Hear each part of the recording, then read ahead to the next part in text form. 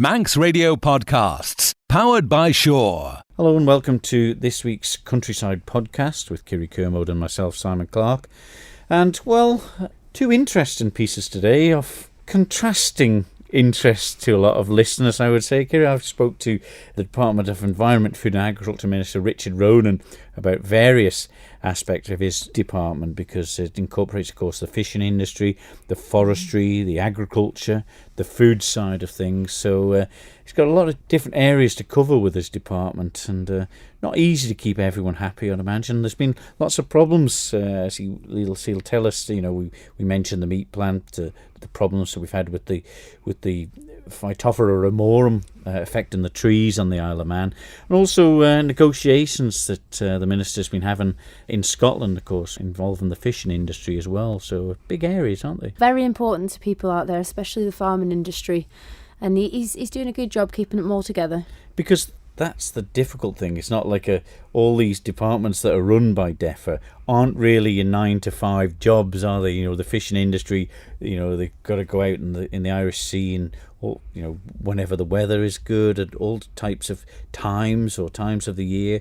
And the farming, we all know about the hours. You know, you can't plan when cows are going to calve and lambs are going to pop out. No, there's such a volatile industry, isn't it, really? And it is difficult, and it's very weather dependent, the fishing especially. You know, this last season of weather hasn't been ideal for both, but they're making the most of it, I think. So we'll be hearing from the Minister on them various topics very shortly indeed. But you had a wonderful night of entertainment at the Braaid Eisteddfod. Yes, what a traditional night it was as well. It's great to see so many people taking part in such an old established event, singing songs, poems, playing instruments. It really was a great night. Let's sit back and listen to this week's edition of Countryside. Manx Radio's Countryside is brought to you by NFU Mutual.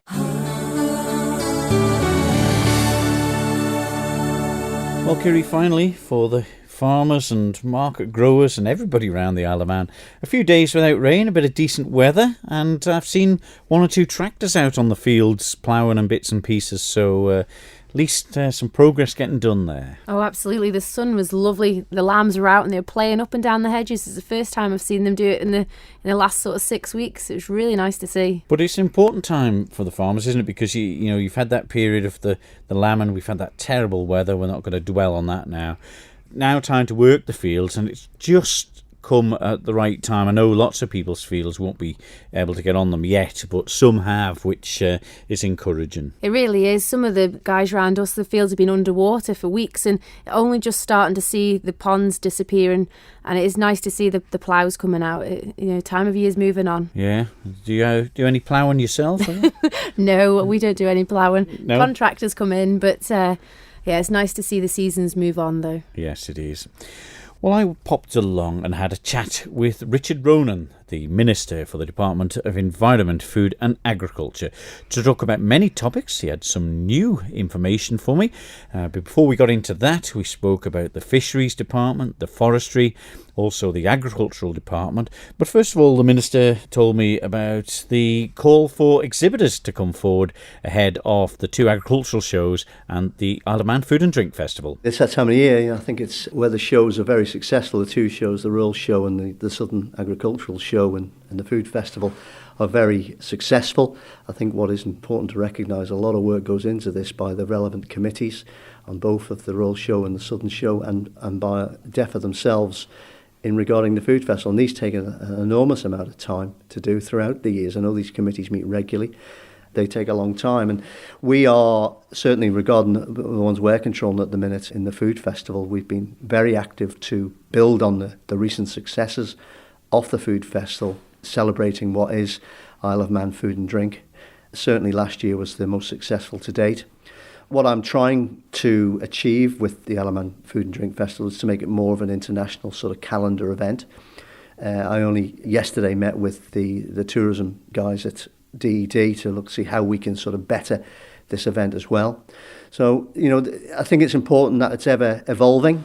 We continue to improve. We have a new sponsor this year as well with the Food and Drink Festival, which I think is a little bit different from what has been in the past. It's Magnet Kitchens, who have been a good supporter of the Isle of Man economy for many, many years, and I'm absolutely delighted that Magnus have seen this as, at the end of the day, they're an international brand who see the importance of putting their products into such a prestigious event like the Isle of Man Food Festival. So I think that's a good match, and we're going to see some sort of nice kitchens down there from them.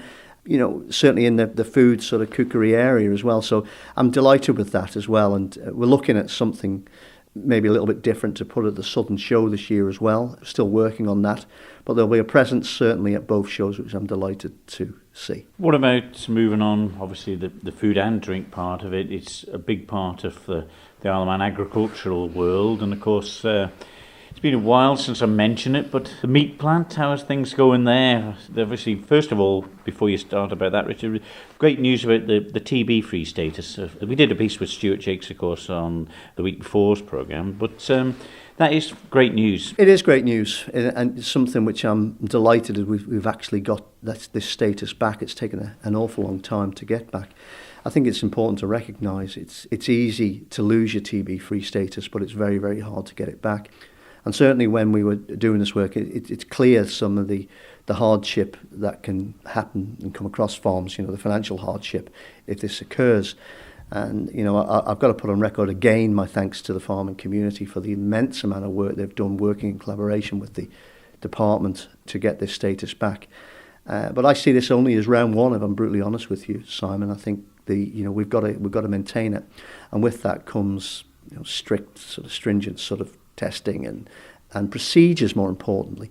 With that comes very close collaboration, working with the farming community, which does happen, and we just have to make sure that them standards are maintained. But yeah, going back, it's absolutely wonderful news, and in fairness, I think it ties neatly in with the other sort of work we're doing about sort of trying to sort of look for added value. This is where I see the Isle of Man food and drink going. You know, obviously there is commodity elements to our food and drink, but you know, where if we're going to be successful going forward, and the food strategy, as you know, clearly points this, is about getting added value. But to get that, you can't just go out and say that we're from the Isle of Man. You know, it costs a little bit more. With that comes credibility, traceability, provenance, TB-free status. It all adds to the offering. And with that, we've got to get better skilled at selling it and marketing it, and that's what we're looking to do. And you know, I think you were going to say touch on the meat plant. I think this is at the round what we're looking at now to do as well. Well, if the TB-free status now, it maybe give that extra bit of confidence for anyone off the island. Is it worrying that a lot more of the livestock can be exported for slaughter off the island and put the meat plant in more trouble? No, I don't think that's the case with the TB-free status. I think what there is that there's two markets we're looking at here. There's the meat market and there's a breeding market. And I think with the TB-free status, you know, there's going to be a better opportunities open up for clean breeding stock. And I know we've spoken to a few farmers who are very keen to exploit this market, and quite rightly so they should. It's an export market for the Isle of Man. So, you know, what we have to do is reduce the exports going off for live slaughter, etc. We've got to get more throughput, more consistency at the meat plant. You know, there's still a lot of work to do, and I know it probably sounds like Groundhog Day to a lot of your listeners. And we've been here before, but I do think we're in a better place now with the meat plant. I think certainly what we're looking at doing is we have a strategy in place. We know we've identified where we need to be in the marketplace. Internally, there's a huge market to get. There's a 70% slice still up for grabs. We're never going to get that in its entirety. We can compete with the cheap sort of frozen market. That's not going to happen. But there's massive strides we can still make, which will put more money through the farm gate. This is what it's all about. It's about growing that slice of the economy for the farming community and the food industry as a whole. So no, there's still big challenges. We're trying to get a more commercial outlook at the meat plant. This has been driven by themselves. There's a business plan imminent, which I'm very much looking forward to seeing what markets, how they can improve their offering. And I think as well, consistency, how they engage, very important is how they engage with the local butcher, how they can get a because some of the reports I've been hearing is that the consistency levels of supply isn't there. There's quite clearly work to be done, but there's work on both sides as well. This isn't just a blame game for the meat plant, far from it. We've all got a responsibility as the consumer to want and purchase the product. But at the end of the day as well, that product has to be right.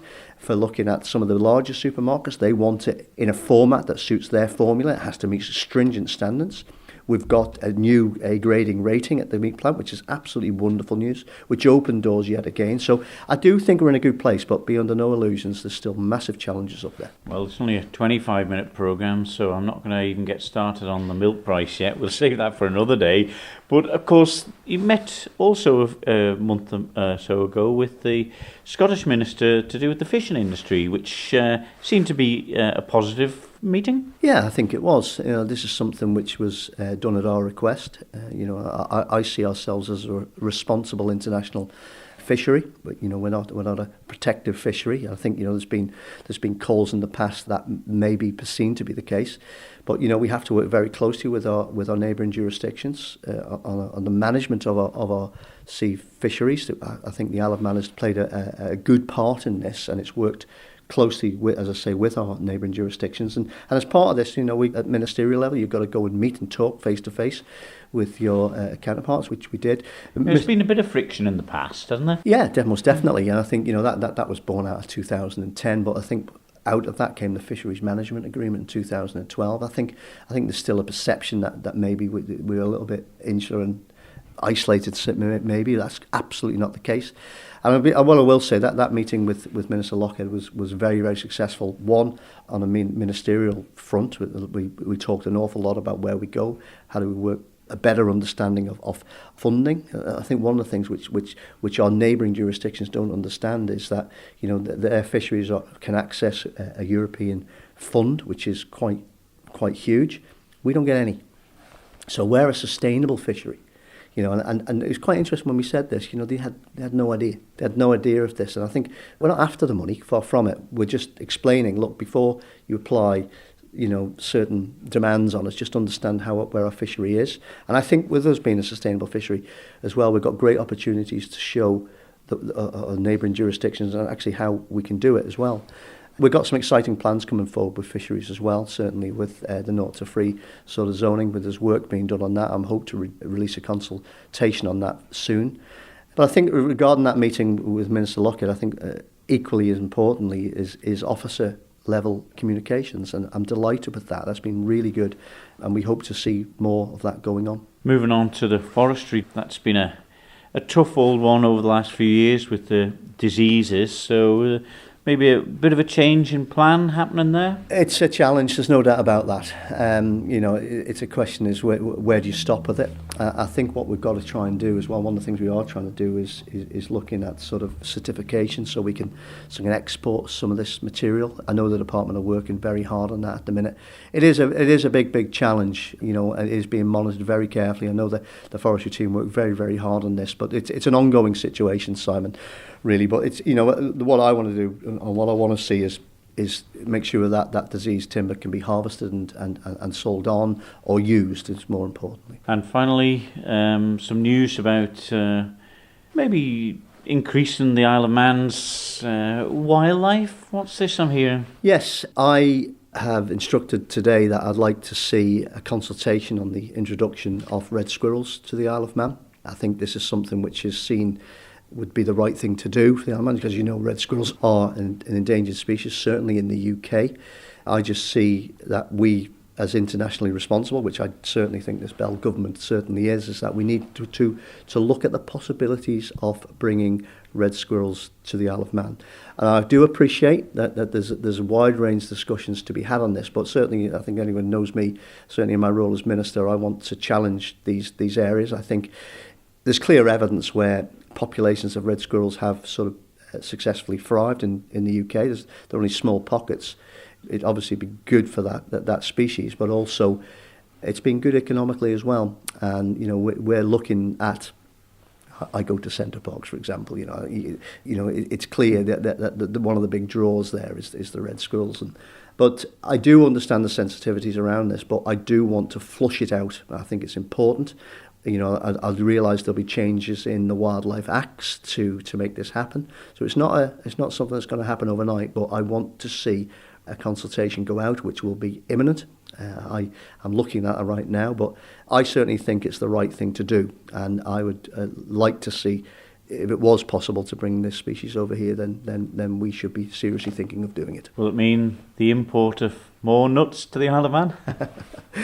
I don't know. We're just about to pass seed legislation here with the farmers, which I'll put on record my apologies for the delay of all this, but that's coming through shortly, so you never know. But there is a very serious side to this as well, and I think we are surrounded by water, and this is a species that is under threat, certainly in the UK, and I want that question asked. The Minister for the Department of Environment, Food and Agriculture, Richard Ronan, just about covering every topic on the list there. And a lot when you look at it, Kerry, isn't there? With the trees and the fish and the meat plant and the agriculture, everything like that, isn't it? There's a lot of remit in it. It affects so much the environment, the countryside, the livelihoods of farmers on the island. It's a big undertaking, the agricultural department. Are you a fan of the red squirrels? I do like squirrels. Do you? Yeah, I really do. Especially the red ones. I'm not too keen on the grey ones. They cause an awful lot of bother. But so it nice. seems obviously, as he said there, he's going to look at every department, talk to the wildlife people, conservationists and everything to make sure that it's all okay. And I think the main aim, as he was touching on there, was to try and help protect them, not just have them here for the sake of it. Oh yeah, if we can help any species, especially with the water around the Isle of Man, it certainly does protect anything that's on it.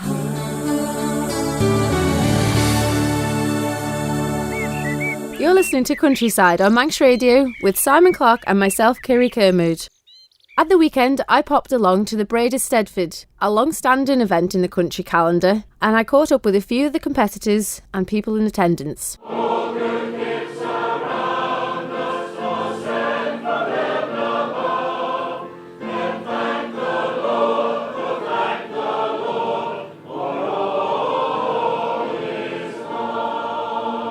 So, Dot Tilbury, a full house again. Full house again at the Braaid, and it's sad really because Eisteddfod has given up this year and we've still got St John's going, but the Braaid has just got something magical about it, and we've got a marvellous crowd here tonight. We've just had the instrumental class. I was rubbish, but everybody, well, me and Eric probably, and he was playing the saw. And it was just amazing. The ukulele, we had a flute, we had a flugelhorn, or a flugelhorn, whatever it's called. And he went on and his fingers were going like 9 pins on that. He's only got 3 stops. And he was blowing at the same time. Marvellous, marvellous. We're having a brilliant time. It's been real entertainment. It's been my first Braaid Eisteddfod. I've been to the Maloo one, but never been to the Braaid. The atmosphere is electrifying. The enthusiasm. It is amazing. It's got something special, this hall. And, we've got Alan Wilcox. He's been coming up here. And, I came up here. I was working in London for a while. And when I came home, I thought, I'm going up the Braaid Eisteddfod to learn a poem. And I learned a poem from my Auntie Do Crea. And I forgot the words. And anyway, I thought, well, I'll write my own poems and then I'll be able to read it. And that's when I started. And that was a few years ago, 1974 that would be. Oh, and I've been coming up here ever since.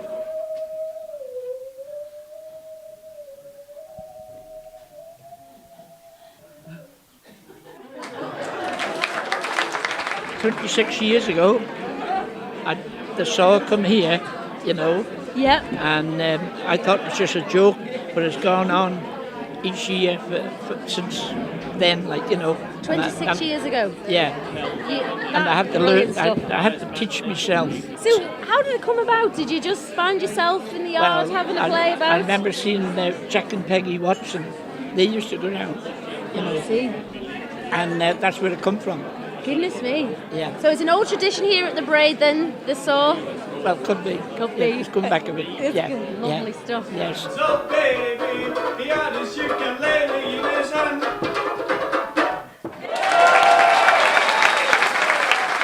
So a fab performance there, Nick Saunders with the ukulele. Thank you very much. Yes, it's a wild night in Braaid. First time in the competition? First time, but what an array of instruments and performers. It certainly was. There was all kinds of instruments. Is the ukulele your favourite thing, or do you play other instruments as well? I play the piano, but the ukulele is the most versatile, so you can pretty much play what you want and pick it up quite easily, so it's good fun. Yeah.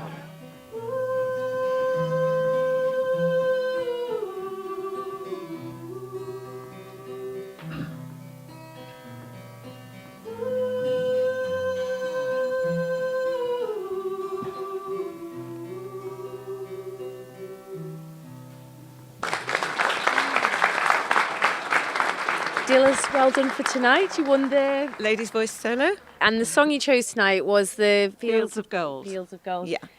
Now, you're more recognised from us, the younger farmers, on the stage at the Gaiety Theatre, performing. Is this something you've always done, the Braaid? Has it always helped? I've only done the Braaid Eisteddfod twice before. I was just thinking back today, and the first time was 25 years ago. Well done tonight, Dilys. Thank you for talking to me. So, Alan, a cracking night again at the Braaid Eisteddfod.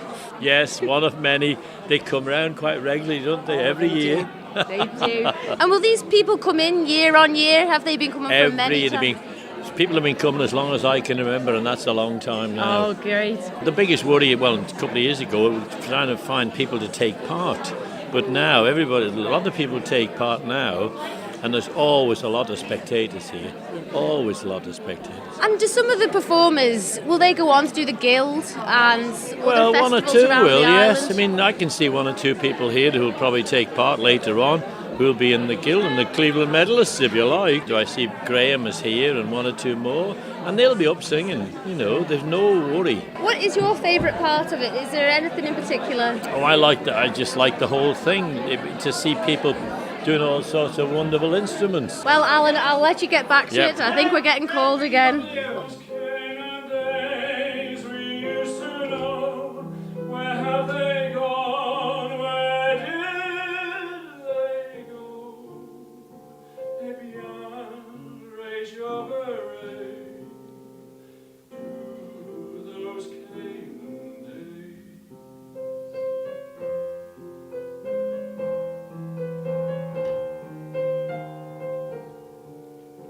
Ebian, raise your parade to those Canaan days.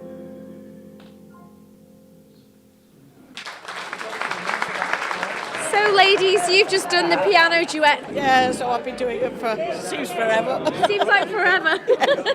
I wouldn't miss it for the world. Is it something you really enjoy? Yes, we do. But tonight, Wendy, you've accompanied quite a lot of the performers, the competitors. Well, it's great fun. I hope it goes all right, and I hope that they're not going to produce something I can't play. But we usually manage to scrape through. So, Chris, the Braaid Eisteddfod is now finally finished at 1 a.m. Has it been a success? Oh, I think it's fair to say that, yes, it has been a great success again this year. We never know who's going to turn up. There might be no competitors wanting to take part. What would we do? But as you've seen this evening, there's been loads of new people wishing to take part, some lovely singers, some superb people doing recitations as well. It's been a superb night, and if it's finished at 1 o'clock in the morning and started at 7:30 in the evening, it shows there must have been a lot of talent here this evening, and I think everybody's enjoyed it, and we hope that you and many more folk will keep on coming for many, many more years to come to the Braaid Eisteddfod. Some of the people I caught up with at the Braaid Eisteddfod. It really is one of them events. I've been lucky enough to be invited to perform there in the past as well, and trying to get jammed into that little car park at the Braaid Hall. It's just a unique event, isn't it? It must be the same people that go there every year. Maybe when somebody doesn't go one year, there's a spare chair this year, you can pop in with Tilbury and all that gang. It's absolutely wonderful. It's a real tradition. It's such a traditional event that, there's not many of them around the country anymore, but certainly it's a lot of characters there, a lot of Manx characters, and the singing and the hymns and just the poems, everything is just brilliant. I know, it's one of them things with the Manx at these dues, isn't it? Well, it's 2016 now. better not have a hymn. We've always had a hymn. You know, it is like that, them sort of events, isn't it? It really is. And hearing the Manx accent when they're reciting some of the poems, and it's just such a tradition, and it's lovely, and hopefully it'll carry on for many years to come. Have you been invited to perform on the stage yourself at any of these country events? Oh goodness, no. I remember as a child I used to do the recorder at the Eisteddfod, but those were many years ago. Oh no! How can you, did you ever get it in tune? No, it was never in tune. I think the best performance we did was with my best friend. I said a little poem and we got a first prize, but that was the first and last prize we ever got. Yeah. But they are good fun because nobody seems to mind what actually goes wrong and everything like that in them. And there's all sorts of things. I mean, I've been there before with as the Deemsters and stuff, and also that there's been the big bow saws being played there. Anything sort of goes within reason. That's right. Yeah. No, it's for all abilities, and they use it as a good practice before the guild that's coming up, and it's an evening to enjoy by everyone. Yeah, and one of the things was, I suppose, in years gone by, it was sort of an older people's sort of night, wasn't it? But they're encouraging a lot of young and old and get involved in it. That's right. There's a lot of talented young singers and speech makers out there now, and it's given them the confidence to take part in such bigger events like the guild and school assemblies, and it is a platform for them to practice and still be part of the community as well. Yes, I suppose it's a bit of a difference going from 60 or 70 there to 1500 at the Villa Marina stage, wouldn't it? It is. Manx Radio's Countryside is brought to you by NFU Mutual. Well, there, another countryside for you, involving two quite varied topics. The Minister for DEFA, Richard Ronan, talking about all the different areas of his department, from the fishing industry, the agriculture, the food, and of course the forestry as well. So a lot of different areas to be covered, and as he says, they're not sitting back, they're looking ahead to how they can improve all these different areas. They're really striving forward, and you've got to keep moving to keep up with and what's new and the different markets and advice. It's important to keep going ahead and keeping up to speed with everything. Yeah, and you've survived the Braaid Eisteddfod. I did. Yeah. What a great night. A lot of talent there, and it's nice to hear the Manx dialect and some of the poetry and the songs of years gone by. It's really nice. Yeah, well, I look forward to being there next year and seeing you on the stage. Don't think so. So, for this week's Countryside, from me, Simon Clark. And me, Kiri Kermode. We'll see you again. Bye-bye. Bye-bye. Don't sit in the slow lane. Join the fast lane right now with Shaw's all-new Superfast Plus broadband. Enjoy more bandwidth, amazing speeds and the best value on the island from just £23.95 per month. So don't be left behind. Get a piece of the high-speed action with Superfast Plus broadband from Shaw. For details, visit our stores in Douglas, Ramsey and Port Erin or click shaw.com. Love being Shaw. Terms and conditions apply.